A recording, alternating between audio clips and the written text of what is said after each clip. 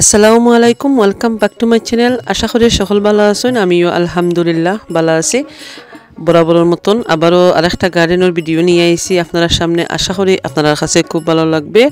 আর আজকে আমি আপনার লগে শেয়ার করবো গড়ত থাকা গাছগুলারে আমি কিলা যত্ন করি, কিলা পরিচর্যা করি, ওখানে আপনার লগে শেয়ার করবো। আশা করি আপনারা যারা গার্ডেনিং করেন, গাছ লাগাইছেন গড়ের মধ্যে, তারার উপকারে আইব।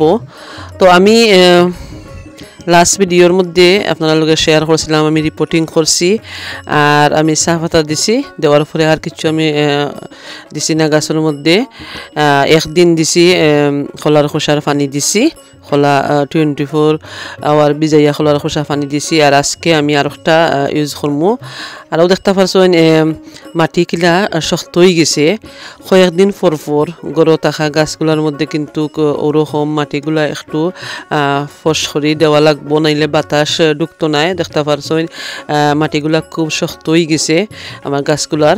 ভাবলাম যে আপনারা লগে একটু শেয়ার করি আর আমার গাছের যত্ন আমি করি। ও দেখতে পারছেন এই গাছটা আলহামদুলিল্লাহ অনেক বড় হয়ে গেছে গাছটা।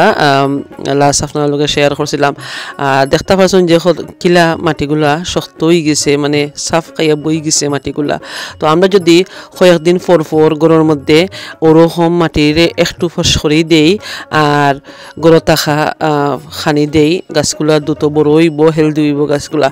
আর এখানেও আমি অনিয়ন খোসা, পেঁয়াজের খোসা ভিজাইয়া রাখছি 24 আওয়ার ভিজাইয়া।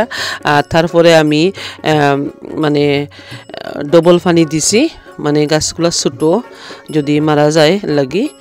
আর আরও কিছু আমি অর্গানিক এটা ইউজ করলাম, ফিশ ব্লাড বোন। এটা আমার লাস্ট ইয়ারও রয়েছিল। ভাবলাম যে গাছের জোরগুলার মধ্যে দেই, রুট হেলদি হইতে করি, বড় হইতে করি, মজবুত হওয়ার লাগি এটা আসলে ইউজ করা হয়। তো ভাবলাম যে যেহেতু আমি পুরান মাটির মধ্যে আমার গাছগুলা রিপোর্টিং করছি, ভাবলাম যে ফিশ ব্লাড বোন একটু দেই গাছগুলা, যাতে আরও গাছগুলার জোর আরও হেলদি হয়, মজবুত হয় লাগি। না হয়তো আমি সবসময় আমি আমার গড়ের থাকা জিনিস আমি ইউজ করি। আর এখন আমি অল্প পরিমাণে, খুবই অল্প পরিমাণে আমি গাছগুলোর মধ্যে পানি দিলাম। প্রথমে আমি মাটিগুলারে একটু সবগুলোর মাটি ফস করে নিছি, কুইরা দিছি। তারপরে আমি অল্প পরিমাণে আমি পেঁয়াজের খোসার পানি দিছি।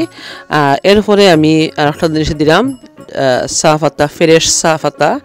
আমি একটা প্যাকেট 2টা টবের মধ্যে শেয়ার করে দিলাম।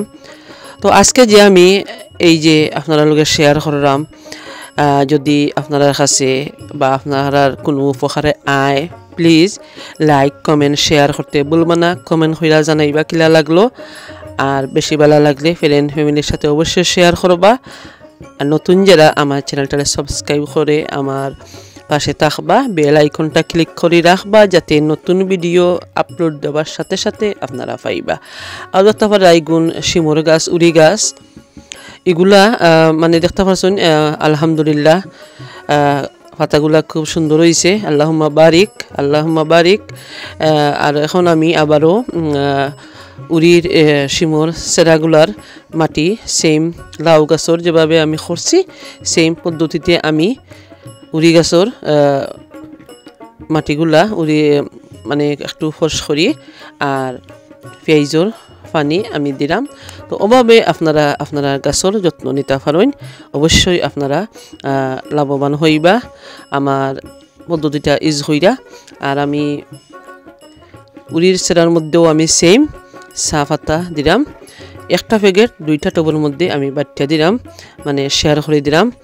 তো আশা করি আজকের এই যে আপনারা লোকের শেয়ার করলাম অবশ্যই আপনার কাছে ভালো লাগবো। আর একটা জিনিস আমি কইরাম, যারা লাই শাক বা ধনিয়া বীজ গার্ডেনও রোপণ করতে চান, তারা কিন্তু এখন সময় ধনিয়া বীজ রোপণ করার। আমি কিন্তু রোপণ করছি, বীজ ফেলাইছি গার্ডেনও। ইনশাল্লাহ সময় সুযোগ মতো আপনারা লগে শেয়ার করবো। আর অন্য একটা টিপস আমি আপনারা লগে শেয়ার করলাম। আমার এই লাউ গাছ একবারে ছোটো, এইটার মধ্যে আমি অনিয়ন খোসার পানি দিছি না, জাস্ট আমি চাহ পাতা দিছি। চাহ পাতা দেওয়ার পরে আমি পানি মানে গাছল বালার লাগিয়ে যদি পানি লাগি যায় জ্বরের মধ্যে, তো মাঝে আমি চাহ খালি প্যাকেট আমি এখানের মধ্যে দিছি, যাতে পানিগুলা এক্সট্রা পানিগুলা ঠানি লাই। যদি লাউর সেরার মধ্যে যদি বেশি পানি পড়ি যায়, ওরকম খালি চার প্যাকেট দিয়া দেখবা অবশ্যই ফলন পাইবা। এখন বিদায় নিচ্ছি, ভালো থাকবা, সুস্থ থাকবা, আল্লাহ হাফেজ।